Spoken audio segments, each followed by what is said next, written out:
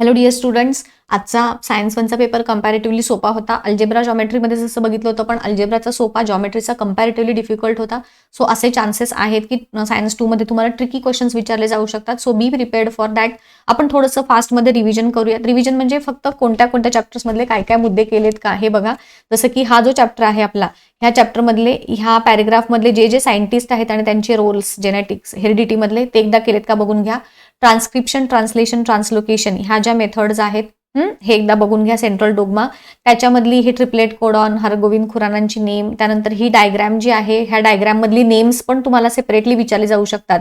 ए part काय, बी part काय, so ह्या डायग्राम्स बघून घ्या. आफ्टर दॅट म्युटेशन तुम्हाला नोटसाठी वगैरे विचारलं जाऊ शकतं. व्हॉट इज म्युटेशन, मग त्याच्यामध्ये तुम्ही त्याची प्रोसेस सांगाल, त्याचे रिझन सांगाल, त्याचे इफेक्ट सांगाल.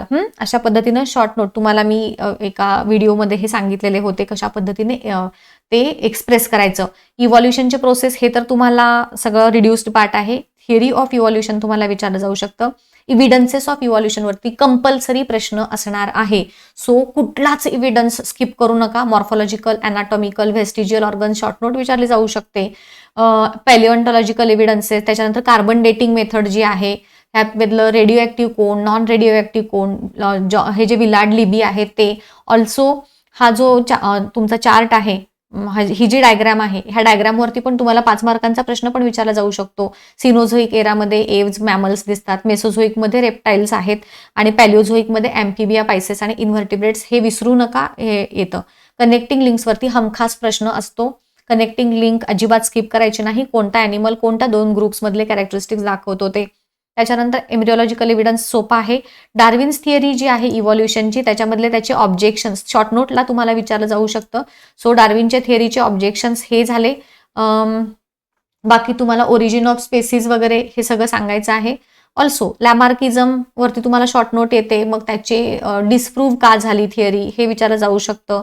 लॅमार्कच्या थिअरीला प्रिन्सिपल ऑफ म्हणजे ते बेस्ड आहे प्रिन्सिपल ऑफ यूज ऑर डिसयूजवर, किंवा ह्यालाच बघा इथे सॉफ्ट इनहेरिटन्स असं देखील म्हणतात लॅमार्कच्या थिअरीला. हे एकदा बघून घ्या. त्याच्यानंतर कुठले कुठले एक्झाम्पल्स आहेत हे बघायचं आहे. लॅमार्कची थिअरीला पण ऑप्शनला सोडू नका. स्पेसिएशन, स्पेसिस फॉर्मेशन हे सोपं आहे. त्याच्या मागचे रिझन्स काय काय आहेत, जिओग्राफिकल आयसोलेशन, रिप्रोडक्टिव्ह आयसोलेशन्स वगैरे हे जे आहेत रिझन्स ते एकदा बघून घ्या. ह्युमन इव्हॉल्युशन मधली ही डायग्राम फक्त नाही आहे, बट अदर जे आहेत इन्फॉर्मेशन, की कोणता ॲनिमल कधी इव्हॉल्व झाला, ह्युमन लाईक, रॅमापिथिकस कधी झाला, हे जे सगळे आहेत ना इन्फॉर्मेशन, त्याच्यावरती प्रश्न हा येणार, एखादा तरी कंपल्सरी येणार. ऑल्सो अगेन एक्सरसाइज मधले तर तुम्ही करणारच आहात.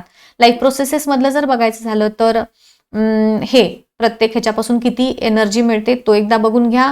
Also glycolysis, tricarboxylic acid cycle, ETC वगैरे हे ज्या सगळ्या आहेत प्रोसेसेस त्या व्यवस्थित बघा. ह्याच्या तिन्हावरती काही ना काहीतरी प्रश्न येणार. ग्लायकोलायसिस, क्रेब सायकलमधला डिफरन्स विचारला जाऊ शकतो, बरोबर. टोटल एनर्जी किती जनरेट होते, हे लॉंग फॉर्म जे आहे ते एकदा बघून घ्या. आफ्टर दॅट हा जो पार्ट आहे, जसं मी ऍक्च्युली इथे एक्सप्लेन करता करता माझं थोडंसं लाईट गेल्यामुळं परत इश्यू झाला, म्हणून मी ते अर्धवट सोडलं आणि परत रेकॉर्डिंग करायला घेतलं. सो इथं जसं विचारले तसे चार्ट देखील तुम्हाला मधले मधले काही पॉईंट्स असे स्किप करून चार्ट फिलअप करायला वगैरे पण तुम्हाला विचारले जाऊ शकतात. सो हे लक्षात कसं ठेवायचं, सोपं आहे. लिपिड्सच्या जर ब्रेकडाऊन होतं त्यांच्यापासून फॅटी ॲसिड तयार होतात, प्रोटीनचं ब्रेकडाऊन होतं, अमिनो ॲसिड तयार होतात, त्यांच्यापासून ॲसिटिल कोएन्झाईम ए तयार होतं, कार्बोहायड्रेट्स पासून पण ॲसिटिल कोएन्झाईम ए तयार होतं. सगळ्यांची मिळून क्रेब सायकल ते फॉलो करतात आणि मग त्याच्यापासून CO2 वॉटर आणि एनर्जी मिळते. अनएरोबिक रेस्पिरेशनमध्ये डायरेक्टली ग्लुकोज पासून पायरुविक ॲसिड मिळतं. मग बघा ईस्टमध्ये फर्मेंटेशन होतं आणि त्याच्यापासून अल्कोहोल मिळतं. त्याच्यानंतर पायरुविक ॲसिडचंच फर्मेंटेशन होतं मायक्रोब्स काढून आणि त्याच्यापासून व्हिनेगर मिळतं आणि मसल सेल्समध्ये त्याच्यापासून लॅक्टिक ॲसिड तयार होतं. ह्या पद्धतीनं हा चार्ट तुम्हाला लक्षात ठेवायचा आहे. ऑल्सो इथे अगेन हां, लेस अमाऊंट ऑफ एनर्जी, हा तर झाला अनेरोबिक रेस्पिरेशनचा. एनर्जी हे फर्स्ट क्लास प्रोटीन्स कुणाला म्हणतात, 4 कॅलरी जे आहे प्रोटीन्स पासून मिळतं, ते एक लक्षात ठेवा. हा चार्ट इम्पॉर्टंट आहे, हे तुम्हाला रिड्युस्ड आहे. त्याच्यानंतर 9 कॅलरी लिपिड्स पासून मिळते एनर्जी. हा जो कम्प्लीट पॅसेज आहे, जो हा पार्ट एक अगेन महत्वाचा आहे. हा पूर्ण पॅरेग्राफ, त्याच्यानंतर हे वॉटरमध्ये किती % वॉटर असतं आपल्या बॉडीमध्ये तो एक बघून घेतलात का बघा. मायटॉसिस मिओसिस यांच्यामधला डिफरन्स, प्रत्येक फेजमध्ये एक स्पेसिफिक स्ट्रक्चर असतं, जसं की शॉर्ट होतात, सिस्टर क्रोमॅटिड्स दिसून येतात वगैरे, कुठल्या फेजमध्ये काय काय होतं, जसं की काय म्हणतात कंडेन्सेशन स्टार्ट होतं, क्रोमोझोम थिक होतात, सिस्टर क्रोमॅटिड्समध्ये दिसून येतात, सेंट्रोल अपोजिट साईडला दिसतं. ह्या प्रत्येक फेजमध्ये जे स्पेसिफिक चेंजेस होतात ते स्पेसिफिकली 1 मार्कमध्ये विचारले जातात. तसंच बंच ऑफ बनानाज कोणत्या स्टेपमध्ये दिसून येतं, मेटाफेजमध्ये ह्यातले कुठले कुठले चेंजेस प्रत्येक जे आहेत ते व्यवस्थित बघून घ्या. ह्याच्यावरती कंपल्सरी प्रश्न असणार. मायटोसिस मिओसिस डिफरन्स विचारला जाऊ शकतो. हे झाला ह्या चॅप्टरमधलं. अगेन एक्सरसाइज तर तुम्ही बघणारच आहात. रिप्रोडक्शन मधले हे बघून घ्या सगळे. फ्युजन, युनिसेल्युलर, मल्टीसेल्युलर ऑर्गॅनिझम्स मधले ॲनिमलचे नेम्स लक्षात ठेवा. कोणत्या ॲनिमल्समध्ये कुठल्या प्रकारचं रिप्रोडक्शन होणार आहे. अल्सो ह्या डायग्राम्स ज्या मी इथं सांगितल्यात ह्या सगळ्या डायग्राम्स देखील तुम्हाला ड्रॉ करायला विचारले जाऊ शकतात. ठीक आहे. येस, हे झालं. त्यानंतर सेक्शुअल रिप्रोडक्शन मधली जे 2 प्रोसेसेस आहेत, gamete formation, fertilization. Yes, plants, sexual reproduction in plants मधला ही डायग्राम तुम्हाला स्पेसिफिकली विचारली जाणार. त्याच्यानंतर मग ॲसेसरी व्होल्स कुणाला म्हणतात, इसेन्शियल व्होल्स कुणाला म्हणतात, बायसेक्शुअल फ्लावर कोण त्याचं एक्झाम्पल, युनिसेक्शुअल फ्लावर कोण त्याचं एक्झाम्पल, हे सगळं केलंय का बघा. ह्याच्यावरती एक प्रश्न विचारले जाऊ शकतात.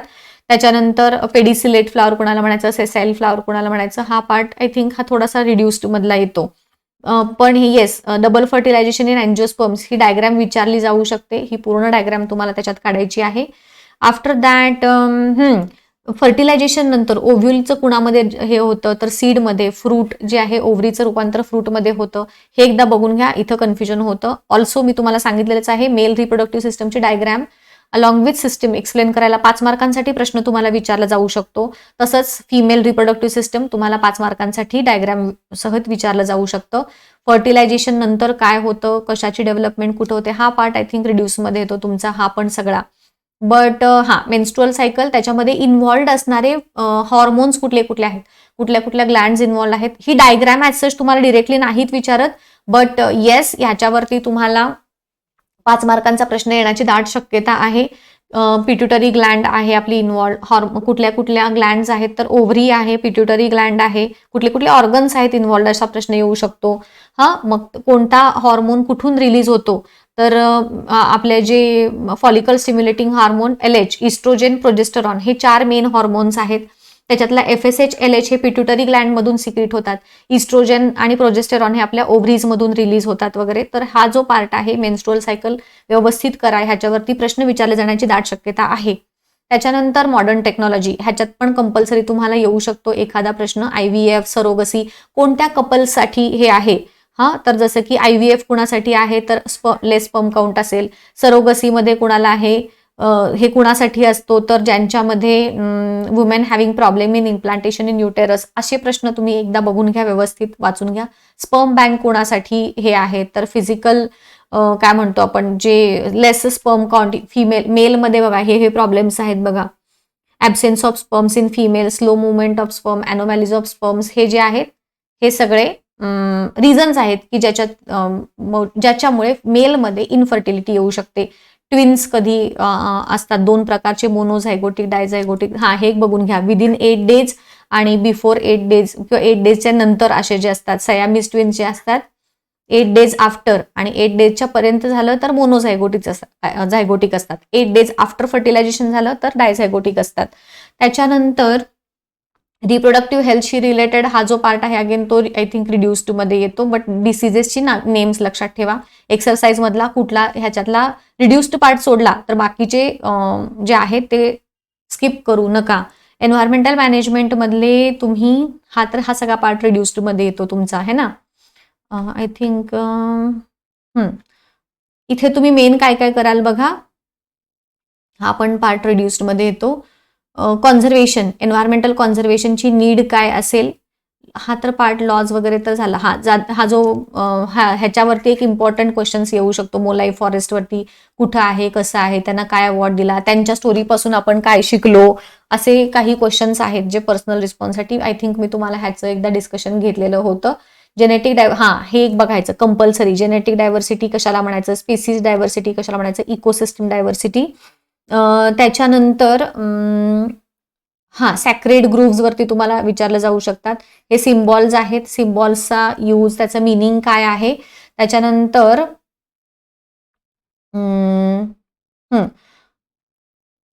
हॉटस्पॉट्स हे जो आहे हा पूर्ण पार्ट बघून घ्या व्यवस्थित. हा पण ह्याच्यावरती पण खूप महत्वाचं आहे.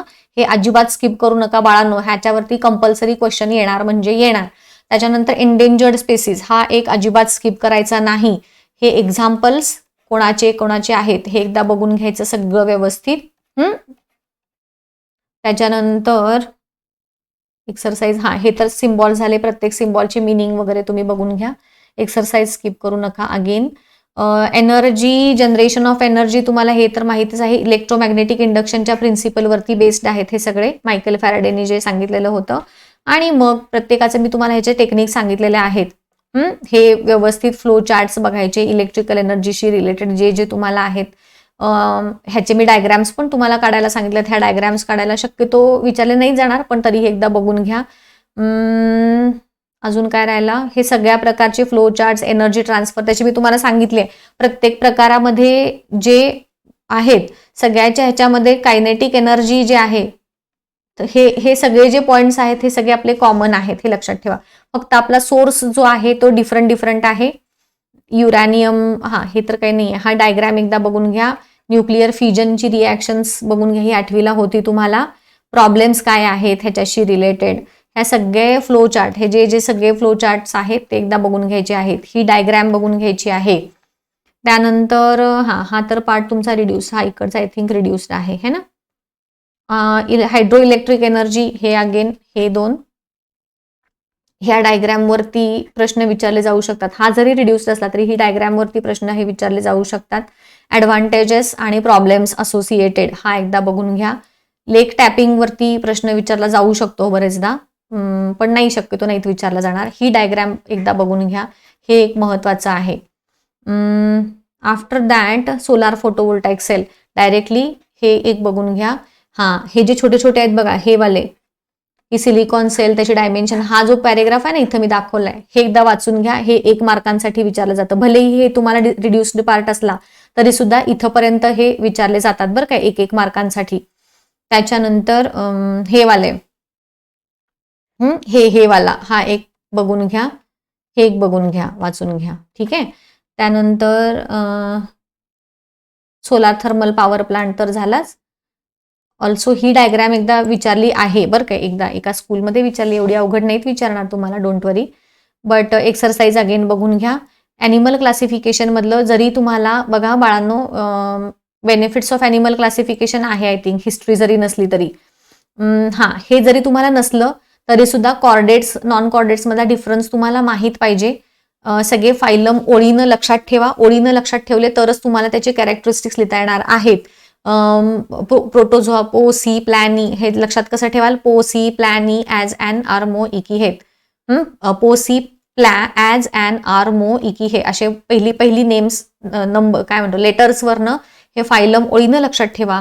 कंपल्सरी प्रत्येक फायलम म्हणला की त्याच्यासमोर त्याचे ॲनिमल्स जे आहेत त्याच्यामध्ये ते तुमच्या डोळ्यासमोर आले पाहिजेत.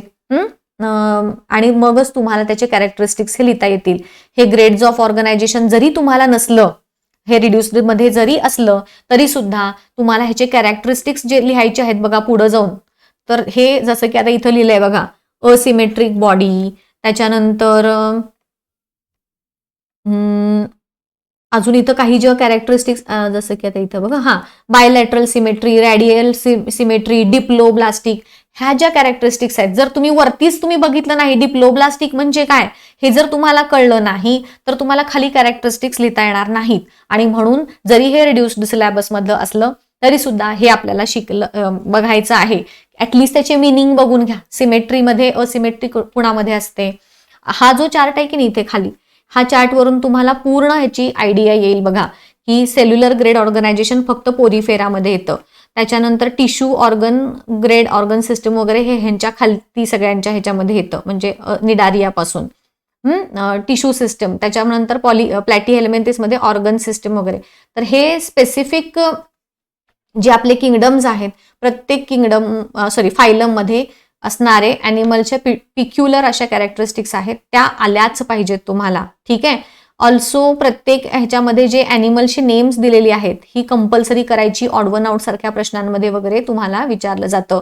हायड्रा, ॲडमसिया, मग पोर्तुगीज मॅन ऑफ वॉर कुणाला म्हणतात, जेलीफिश कुणाला म्हणतात, सी ॲनिमल कुणाला म्हणतात, हे ऑल्सो ॲनिमल पण दाखवतात. चित्र एकदा बघून घ्या पुस्तकातली, ॲनिमल्स दाखवतात आणि मग तो ॲनिमल कुठल्या फायलममध्ये आहे ते सांगा आणि त्याचे कॅरेक्टरिस्टिक्स लिहा, असे पण प्रश्न विचारलेले आहेत. सो चित्रात जी पुस्तकात जी चित्र दिलेली आहेत ती एकदा बघून घ्या. प्रत्येक फायलमची ॲनिमल्सची नेम्स बघून घ्या, राईट.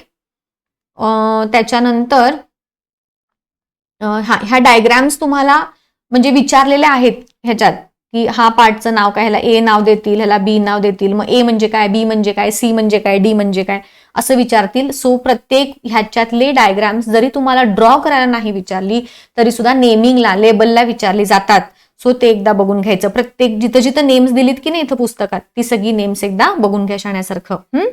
बॅलॅनोग्लॉसस आहे, हडमानिया आहे, त्याच्यानंतर हा जो आहे आपला कोण आहे, डोलिओलमची वगैरे ही जी डायग्राम आहे, हा एम्फिऑक्सस आहे, एम्फिऑक्ससची ही डायग्राम आहे. त्याच्यानंतर हे पेट्रोमायझॉन, मिक्झिन हे सायक्लोस्टोमॅटामध्ये येतात, हे बघून घ्या. ह्याच्यातले थोडेसे कन्फ्युजिंग आहेत बघा रे, तर ती एकदा नावं बघून घ्या.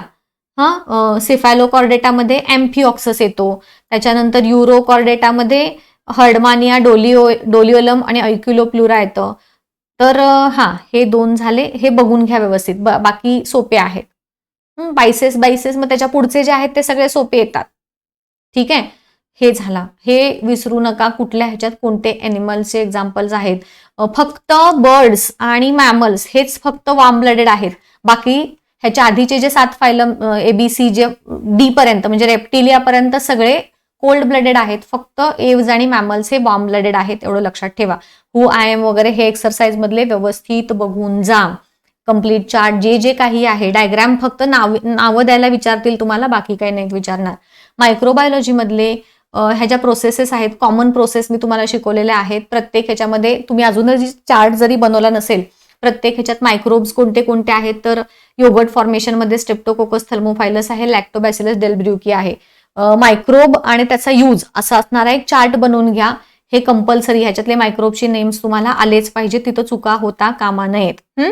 तशा पद्धतीचं प्रत्येक प्रोसेस आणि त्याच्यामध्ये यूज केली जाणारी मायक्रोब्स जे आहेत ते सगळे बघून घ्या एकदा. ब्रेड मॅन्युफॅक्चरमध्ये कोणते कोणते बेकर सिस्ट असतं आपलं सॅकॅरो, बेकर सिस्ट कुणाला म्हणतात. त्यानंतर मोनोसोडियम ग्लुटामेट म्हणजे काय, व्हिनेगर म्हणजे काय असतं, त्याचा यूज कुठं केला जातो, हे सॅकॅरोमायसिस सेरेविसीचा यूज, त्यानंतर ॲसिटोबॅक्टर, ग्लुकॅनोबॅक्टर हे कुठं यूज केलं जातं. हा चार्ट आय थिंक आहे, नाही हा नाहीये, ह्याच्या खालचे चार्ट्स आहेत तुम्हाला हे सगळे. तर ह्याचे कसं लक्षात ठेवायचं ह्याची पण मी टेक्निक तुम्हाला सांगितलेली होती, की अस्परजिलस नायगर आहे, इथं पण नायगर आहे. त्याची जेव्हा शुगर मोलॅसिसवरती ऍक्ट होतो तेव्हा सायट्रिक ऍसिड फॉर्म होतो, जेव्हा ग्लुकोजवरती ऍक्ट होतो तेव्हा ग्लुकॉनिक ऍसिड तयार होतं. मोलॅसिसवरती जेव्हा लॅक्टोबॅसिलस डेल्ब्रुकी ऍड होतो तेव्हा लॅक्टिक ऍसिड तयार होतं आणि मोलॅसिसवरती जेव्हा ॲस्परजिलस हे होतं तेव्हा आयटोकोनिक ऍसिड तयार होतं. या पद्धतीनं हे लक्षात ठेवा, कंपल्सरी ह्याच्यावरती प्रश्न हा असणार आहे. झॅन्थन गम जो आहे, झॅन्थोमोनास स्पेसीज पासून मिळवला जातो, ते कशासाठी यूज केला जातो, हा पण चार्ट महत्वाचा आहे बघा. ह्याच्यावरती एक ना एक तरी कंपल्सरी येणार आहे. सो हे एक बघून घ्यायचं आहे. त्याच्यानंतर अँटीबायोटिक्स हे जे आहेत कुठले कुठले नेम्स बघून घ्या, जेंटामायसिन, निओमायसिन, स्ट्रिप्टोमायसिन वगैरे. रिफामायसिन हे ट्युबरक्युलोसिससाठी हा एक हमखास येतो बघा, प्रश्न विचारला जातो. त्याच्यानंतर प्रत्येक ह्याच्यामधले मायक्रोब्स आणि फ्युएल्स, मग ह्याच्यातले कुठले कुठले फ्युएल्स आपण गॅशियस, त्याच्यानंतर हे इथॅनॉल म्हणजे लिक्विड फ्युएल आणि हे गॅशियस फ्युएल झाला. तर हे कसे बनवलेले आहेत. बायोफ्युएल्स मध्ये कोण कोण, अगेन सॉलिड, लिक्विड, गॅशियस हे 3 प्रकारचे बायोफ्युएल्स येतात. ही प्रोसेस विचारली जाऊ शकते, अशी डायग्राम देतील आणि मग ह्याच्यावरून बायोफ्युएल्स कसे प्रोड्यूस केले जातात. तर ह्याच्यात सगळ्यात पहिल्यांदा आपण काय केले बघा, हे बायोमास आहे प्लांट्स मधलं, त्याचं हार्वेस्टिंग केलं, त्याचं थ्रेशिंग केलं, त्याच्यातल्या सेल्युलोज पासून मग शुगर तयार झाली, मग त्या शुगर पासून आपण काय केलेलं आहे, लिक्विड प्रोडक्शन, फर्मेंटेशन केलं, मग त्याच्यापासून बायोफ्युएल बनवले आणि मग त्याच्यापासून पुढे हे. सो ही डायग्राम तुम्हाला एक्सप्लेन करायला विचारली जाऊ शकते. त्याच्यानंतर लँडफिलिंग साईटवरती तुम्हाला प्रश्न विचारले जाऊ शकतात. ह्याच्यामध्ये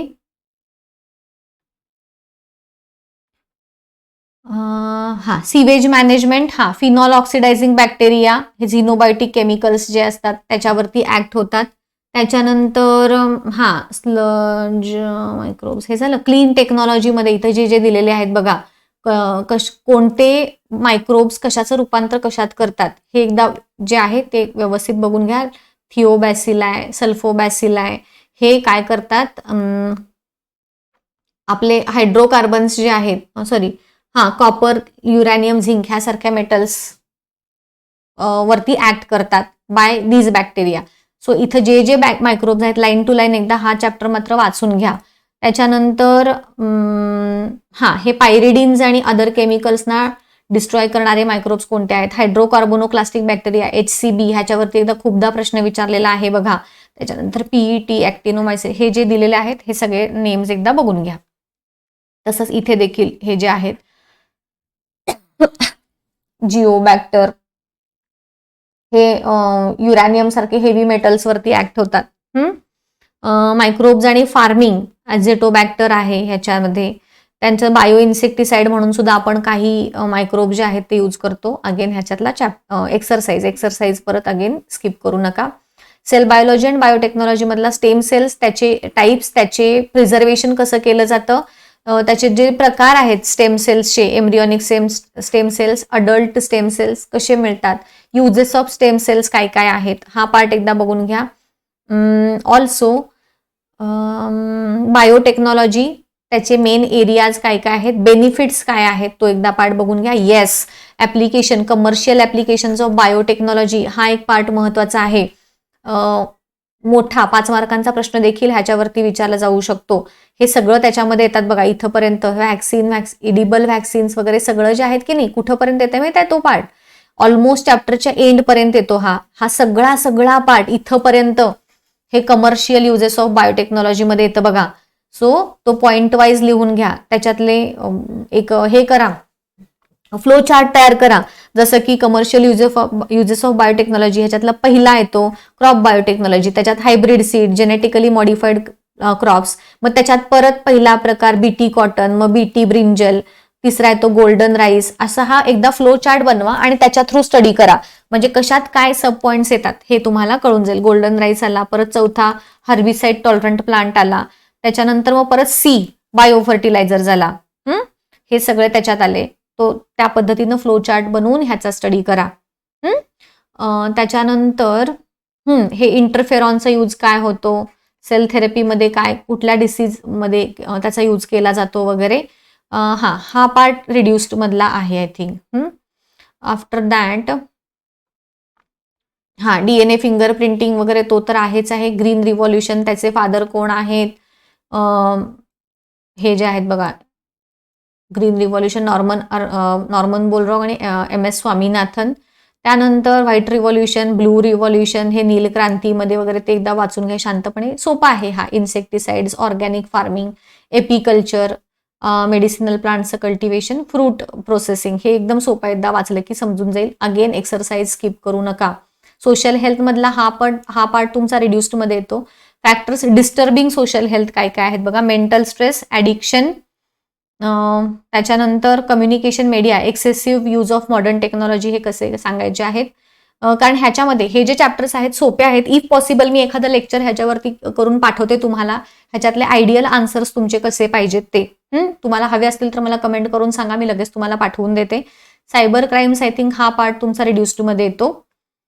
ठीक आहे. स्ट्रेस मॅनेजमेंट कसं कराल हे महत्वाचे आहेत. ह्याच्यातल्या कंपल्सरी एक्सरसाइज मधलेच क्वेश्चन्स येणार, ह्याच्या बाहेरचे क्वेश्चन्स येणार नाहीत, हे मी सांगते तुम्हाला. म्हणजे हा जरी चार्ट वगैरे जरी नाही आला तरी हे असले येतात बघा, what will you do and why, हा कंपल्सरी ह्याच्यातला प्रश्न एखादा तरी येणार आहे.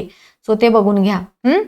ऑल्सो डिझास्टर मॅनेजमेंट तुम्हाला माहितच आहे, ह्यातला पण पार्ट हे सगळं हा रिड्युस्ड आहे I think. Types of disasters कुठले कुठले आहेत, इफेक्ट्स काय काय होतात, हे आहे डिझास्टर मॅनेजमेंट. एखाद्या रेल्वे ऍक्सिडेंटशी रिलेटेड तुमचं एखादी डिझास्टरची माहिती सांगा. Nature and scope of disaster हे कंपल्सरी विचारले जातात. Nature and scope of disaster with respect to 3 main points असं जर म्हटलं तर तुम्ही हे 3 मेन पॉईंट सांगाल. फेज ऑफ इमर्जन्सी, ट्रान्झिशनल आणि रिकन्स्ट्रक्शन. नुसता nature and scope of disaster म्हटलं तर मग सगळेच्या सगळे हे 6 सांगायचे आहेत आपल्याला. हा पॉईंट लक्षात घ्या. Pre disaster management, post disaster management, disaster management cycle, हा पार्ट ह्याच्यातला रिड्यूस्ड येतो.